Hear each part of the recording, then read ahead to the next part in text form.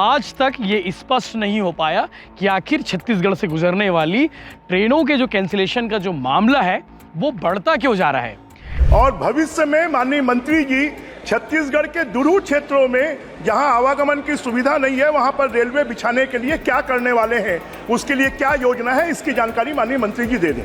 क्योंकि अक्सर ये बातें होती है कि अक्सर कांग्रेस ये आरोप लगाती है कि छत्तीसगढ़ के भाजपा के सांसद लोकसभा में पूछ नहीं पाते सवाल, वो सिर्फ टेबल ठोकने जाते हैं। ऐसा आरोप लगातार कांग्रेस लगाते रही है। आपकी जानकारी में कि 200 से ज्यादा ट्रेन पिछले 3 सालों में निरस्त की गई हैं और बार बार उसको चालू किया गया, उसके कारण यात्रियों को परेशानी हो रही है। वो आपके काम के कारण हो रही है, ये भी मुझे जानकारी है कि छत्तीसगढ़ से कितनी ट्रेनें गुजरती है, छत्तीसगढ़ में रेल के कितने हजार करोड़ के प्रोजेक्ट चल रहे हैं, कितनी रेल लाइन एक साल में बिछाई जाती है, वो सब जवाब इस वीडियो में है। छत्तीसगढ़ में ट्रेनों के कैंसिल होने का मामला आज से नहीं है, काफ़ी पहले से सवाल उठते रहे कि आखिर छत्तीसगढ़ से गुजरने वाली ट्रेनों को कैंसिल क्यों किया जाता है।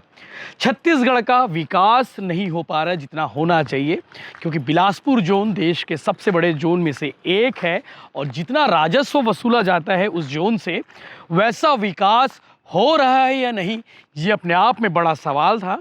इसके अलावा आज तक ये स्पष्ट नहीं हो पाया कि आखिर छत्तीसगढ़ से गुजरने वाली ट्रेनों के जो कैंसिलेशन का जो मामला है वो बढ़ता क्यों जा रहा है।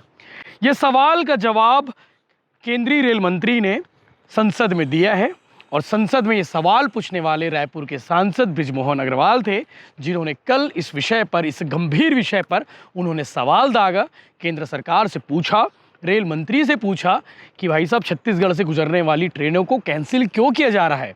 इसके अलावा 3 सालों में जो संख्या बढ़ी है ट्रेन कैंसिलेशन की, ये आखिर इतनी बढ़ क्यों रही है, इसके पीछे की वजह क्या है। यही नहीं, बिलासपुर जोन जो सबसे ज़्यादा राजस्व देता है, क्या राजस्व के हिसाब से छत्तीसगढ़ से जो रेल लाइन है या फिर छत्तीसगढ़ रेल का जो है विकास हो पा रहा है, कितना फंड खर्चा किया जाता है, कितना फंड अलॉट हुआ है। इसके अलावा नई रेल लाइन की क्या परियोजनाएं हैं, कितने करोड़ खर्च किए जा रहे हैं, तमाम वो सवाल थे जो पूछे गए। क्योंकि अक्सर ये बातें होती है कि अक्सर कांग्रेस ये आरोप लगाती है कि छत्तीसगढ़ के भाजपा के सांसद लोकसभा में पूछ नहीं पाते सवाल, वो सिर्फ टेबल ठोकने जाते हैं। ऐसा आरोप लगातार कांग्रेस लगाते रही है और जब ये सवाल पूछा गया, हालांकि नोकझोंक होती रही उस सवाल पूछने के दौरान, और जब केंद्रीय रेल मंत्री जब जवाब दे रहे थे तब भी विपक्ष की ओर से सवाल दागे जा रहे थे, लेकिन जवाब स्पष्ट रूप से आ गया है। हो सकता है इस जवाब से मैं संतुष्ट ना हूं, आप संतुष्ट ना हो, लेकिन कुछ ना कुछ जवाब केंद्र सरकार की ओर से, रेल मंत्रालय की ओर से, रेल मंत्री साहब ने खुद इस पर दिया है कि आखिर छत्तीसगढ़ से गुजरने वाली ट्रेनों के कैंसिलेशन के जो मामले हैं वो लगातार 3 साल में बढ़े क्यों हैं। इसके पीछे का तर्क आप जानेंगे तो आपको भी शायद हैरानी होगी, लेकिन सवाल पूछना जरूरी था। सवाल बड़ा था, छत्तीसगढ़ के लोगों के लिए सवाल बड़ा था कि भैया हमारे जो मुंबई हावड़ा लेन है, इस लेन से गुजरने वाली, इस रेल लाइन से गुजरने वाली जो ट्रेनों के कैंसिलेशन के जो मामले हैं वो बढ़ क्यों रहे हैं, ये लगातार सवाल उठते। इसके अलावा विधानसभा चुनाव हो चाहे लोकसभा चुनाव हो, ये बड़ा मामला, ये बड़ा मुद्दा रहता है। तो आप आगे वीडियो देखिए। रायपुर सांसद बृजमोहन अग्रवाल ने जिस अंदाज में सवाल किया, उस अंदाज में क्या जवाब रेल मंत्री ने दिया है, ये आप देखिएगा और इस जवाब से आप कितने संतुष्ट हैं ये भी बताइएगा। इसके अलावा इस वीडियो में बहुत सारी इन्फॉर्मेशन है, आपको सब कुछ समझ आ जाएगा कि छत्तीसगढ़ से कितनी ट्रेनें गुजरती है, छत्तीसगढ़ में रेल के कितने हजार करोड़ के प्रोजेक्ट चल रहे हैं, कितनी रेल लाइन एक साल में बिछाई जाती है, वो सब जवाब इस वीडियो में है। तो आप इस वीडियो को देखिए और जवाब को लेकर आप क्या कहेंगे कमेंट करके जरूर बताइए। श्री बृजमोहन अग्रवाल। माननीय अध्यक्ष महोदय, मैं माननीय मंत्री जी से जानना चाहता हूं कि पिछले 3 सालों में, क्योंकि छत्तीसगढ़ जहां पर 32% पॉपुलेशन ट्राइबल है, 12% पॉपुलेशन कास्ट की है और 42% जंगल से घिरा हुआ है, पहाड़ हैं, नदी हैं, नाले हैं, वहां पर कितनी ट्रेनें पिछले 3 सालों में निरस्त की गई और साथ में वहां से जो रेवेन्यू मिलती है छत्तीसगढ़ के जोन से, वो रेवेन्यू देश में कौन से स्तर पर है और भविष्य में माननीय मंत्री जी छत्तीसगढ़ के दूर क्षेत्रों में जहां आवागमन की सुविधा नहीं है वहां पर रेलवे बिछाने के लिए क्या करने वाले हैं, उसके लिए क्या योजना है, इसकी जानकारी माननीय मंत्री जी दे दें। माननीय अध्यक्ष जी, छत्तीसगढ़, जैसा कि माननीय सांसद जी ने कहा, एक आदिवासी बहुल राज्य है और बहुत ही महत्वपूर्ण राज्य है। अनफॉर्चुनेटली एक लंबे समय तक छत्तीसगढ़ में रेलवे के डेवलपमेंट के लिए फंड्स बहुत कम दिए जाते थे। आज फंड्स भी दिए जा रहे हैं, काम भी हो रहा है। और जो माननीय सांसद महोदय ने जो बहुत एक महत्वपूर्ण विषय रखा है, उसको भी मैं स्पष्ट करना चाहूँगा। 3 साल पहले छत्तीसगढ़ से गुजरने वाली ट्रेन्स थी 56 मेल एक्सप्रेस और 121 पैसेंजर ट्रेन्स होती थी। आज 58 मेल एक्सप्रेस है और 128 पैसेंजर ट्रेन्स हैं। लेकिन इतने पे ही रुकने की बात नहीं है माननीय अध्यक्ष जी।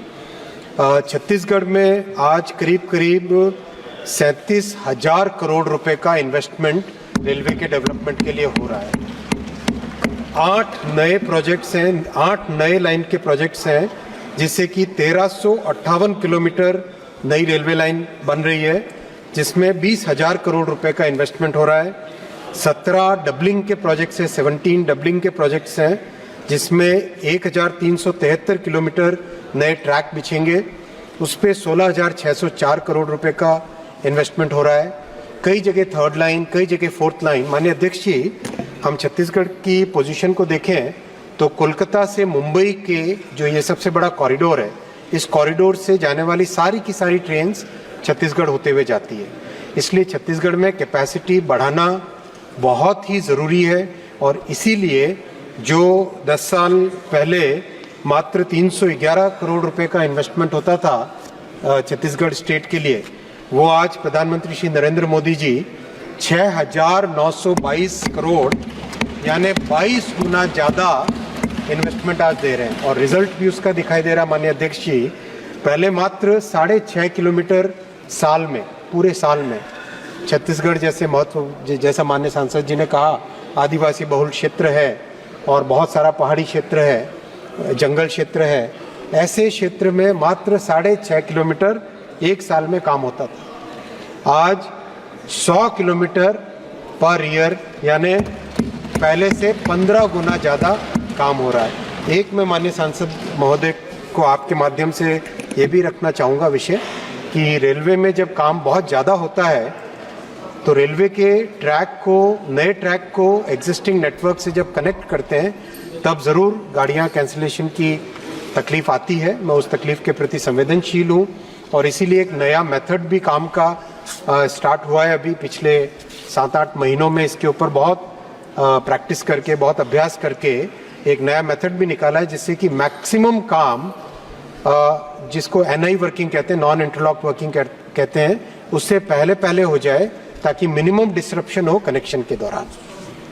माननीय अध्यक्ष जी, मैं माननीय मंत्री जी से जानना चाहता हूं कि जो बिलासपुर रेलवे जोन है, वो जोन पूरे देश में जितनी कमाई होती है उसका कितना हिस्सा देता है, और उस हिस्से के रूप में मेरा आपसे एक बात का आग्रह भी है कि वहां पर ट्रेनें लगातार कैंसिल होने के कारण और वहां पर सड़कों की स्थिति भी नहीं होने के कारण वहां के यात्रियों को बहुत परेशानी हो रही है।